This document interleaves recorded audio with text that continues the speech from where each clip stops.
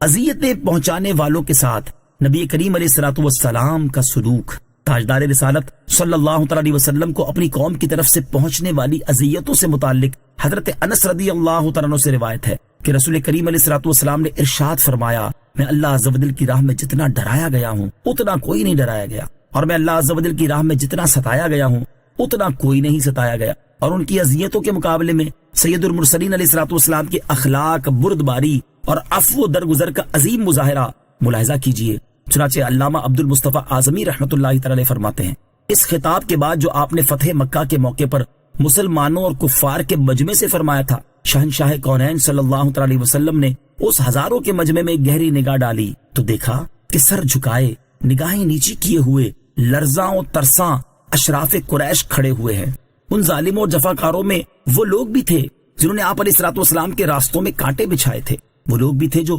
بارہا آپ پر پتھروں کی بارش کر چکے تھے، وہ خوخوار بھی تھے جنہوں نے بار بار آپ علیہ الصلوۃ والسلام پر قاتلانہ حملے کیے تھے، وہ بے رحم و بے درد بھی تھے جنہوں نے آپ کے دندان مبارک کو شہید اور آپ کے چہرہ انور کو لہو لہان کر ڈالا تھا، وہ اوباش بھی تھے جو برسہ برس تک اپنی بہتان تراشیوں اور شرمناک گالیوں سے آپ علیہ الصلوۃ والسلام کے قلب مبارک کو زخمی کر چکے تھے، وہ صفاق درندہ صفت بھی تھے جو آپ علیہ الصلوۃ والسلام کے گلے میں چادر کا پھندا ڈال کر آپ کا گلا گھونٹ چکے تھے، وہ ظلم و ستم کے مجسمے اور پاپ کے پتلے بھی تھے جنہوں نے آپ کی صاحبزادی حضرت زینب رضی اللہ تعالی عنہا کو نیزہ مار کر اونٹ سے گرا دیا تھا اور ان کا حمل ساکت ہو گیا تھا، وہ آپ کے خون کے پیاسے بھی تھے جن کی تشنہ لبی اور پیاس خون نبوت کے سوا کسی چیز سے نہیں بجھ سکتی تھی، وہ جفاکار و خونخوار بھی تھے جن کے جارحانہ حملوں اور ظالمانہ یلغار سے بار بار مدینہ منورہ کے در و دیوار دہل چکے تھے۔ حضور علیہ الصلوۃ والسلام کے پیارے چچا حضرت حمزہ رضی اللہ تعالیٰ عنہ کے قاتل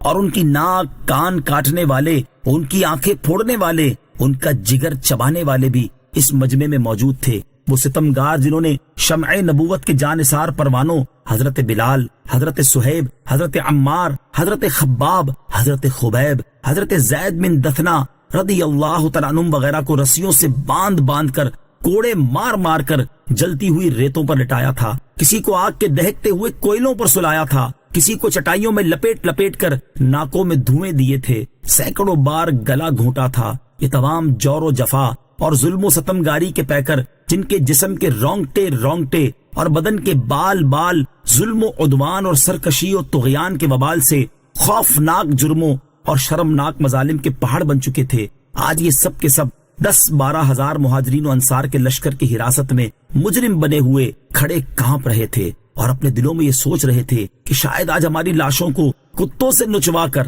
ہماری بوٹیاں چیلوں اور کووں کو کھلا دی جائیں گی، اور انصار و مہاجرین کی غضبناک فوجیں ہمارے بچے بچے کو خاک و خون میں ملا کر ہماری نسلوں کو نیست و نابود کر ڈالیں گی اور ہماری بستیوں کو تاخت و تاراج کر کے تہس نہس کر ڈالیں گی۔ ان مجرموں کے سینوں میں خوف و ہراس کا طوفان اٹھ رہا تھا، دہشت اور ڈر سے ان کے بدنوں کی بوٹی بوٹی بھڑک رہی تھی، دل دھڑک رہے تھے، کلیجے منہ میں آ گئے تھے، اور عالم یاس میں انہیں زمین سے آسمان تک دھوئیں ہی دھوئیں کے خوفناک بادل نظر آ رہے تھے۔ اسی مایوسی اور نا امیدی کی خطرناک فضا میں ایک دم شہنشاہ رسالت صلی اللہ تعالی علیہ وسلم کی نگاہ رحمت ان پاپیوں کی طرف متوجہ ہوئی اور ان مجرموں سے آپ نے پوچھا، بولو تم کو کچھ معلوم ہے کہ آج میں تم سے کیا معاملہ کرنے والا ہوں؟ اس دہشت انگیز سوال اور خوفناک سوال سے مجرمین حواس باختہ ہو کر کانپ اٹھے، لیکن جبین رحمت کے پیغمبرانہ تیور دیکھ کر امید و بیم کے محشر میں لرزتے ہوئے سب یک زبان ہو کر بولے کہ اخن کریم و ابن اخن کریم، آپ کرم والے بھائی اور کرم والے باپ کے بیٹے ہیں۔ سب کی للچائی ہوئی نظریں جمال نبوت کا منہ تک رہی تھی اور سب کے کان شہنشاہ نبوت صلی اللہ تعالی علیہ وسلم کا فیصلہ کن جواب سننے کے منتظر تھے کہ ایک دم دفعتاً فاتح مکہ نے اپنے کریمانہ لہجے میں ارشاد فرمایا، لا تثریب علیکم اليوم فاذهبوا انتم الطلقاء، آج تم پر کوئی الزام نہیں، جاؤ تم سب آزاد ہو۔ بالکل غیر متوقع طور پر ایک دم اچانک یہ فرمان رسالت سن کر سب مجرموں کی آنکھیں فرتے ندامت سے اشک بار ہو گئیں اور ان کے دلوں کی گہرائیوں سے جذبات شکریہ کے آثار آنسوؤں کی دھار بن کر ان کے رخسار پر مچلنے لگے، اور کفار کی زبانوں پر لا الہ الا اللہ محمد الرسول اللہ کے نعروں سے حرم کعبہ کے در و دیوار پر ہر طرف انوار کی بارش ہونے لگی۔ ناگہاں بالکل ہی اچانک اور دفعتاً ایک عجیب انقلاب برپا ہو گیا کہ سما ہی بدل گیا، فضا ہی پلٹ گئی، اور ایک دم ایسا محسوس ہونے لگا کہ جہاں تاریک تھا، بے نور تھا اور سخت کالا تھا، کوئی پردے سے کیا نکلا کہ گھر گھر میں اجالا تھا۔ کفار نے مہاجرین کی جائیدادوں، مکانوں، دکانوں پر غاصبانہ قبضہ جما لیا تھا۔ اب وقت تھا کہ مہاجرین کو ان کے حقوق دلائے جاتے اور ان سب جائیدادوں، مکانوں، دکانوں اور سامانوں کو مکہ کے غاصبوں کے قبضوں سے واگزار کر کے مہاجرین کے سپرد کیے جاتے، لیکن شہنشاہ رسالت نے مہاجرین کو حکم دے دیا کہ وہ اپنی کل جائیدادیں خوشی خوشی مکہ والوں کو ہبا کر دیں۔ اللہ اکبر! اے اقوام عالم کی تاریخی داستانوں، بتاؤ کیا دنیا کے کسی فاتح کی کتاب زندگی میں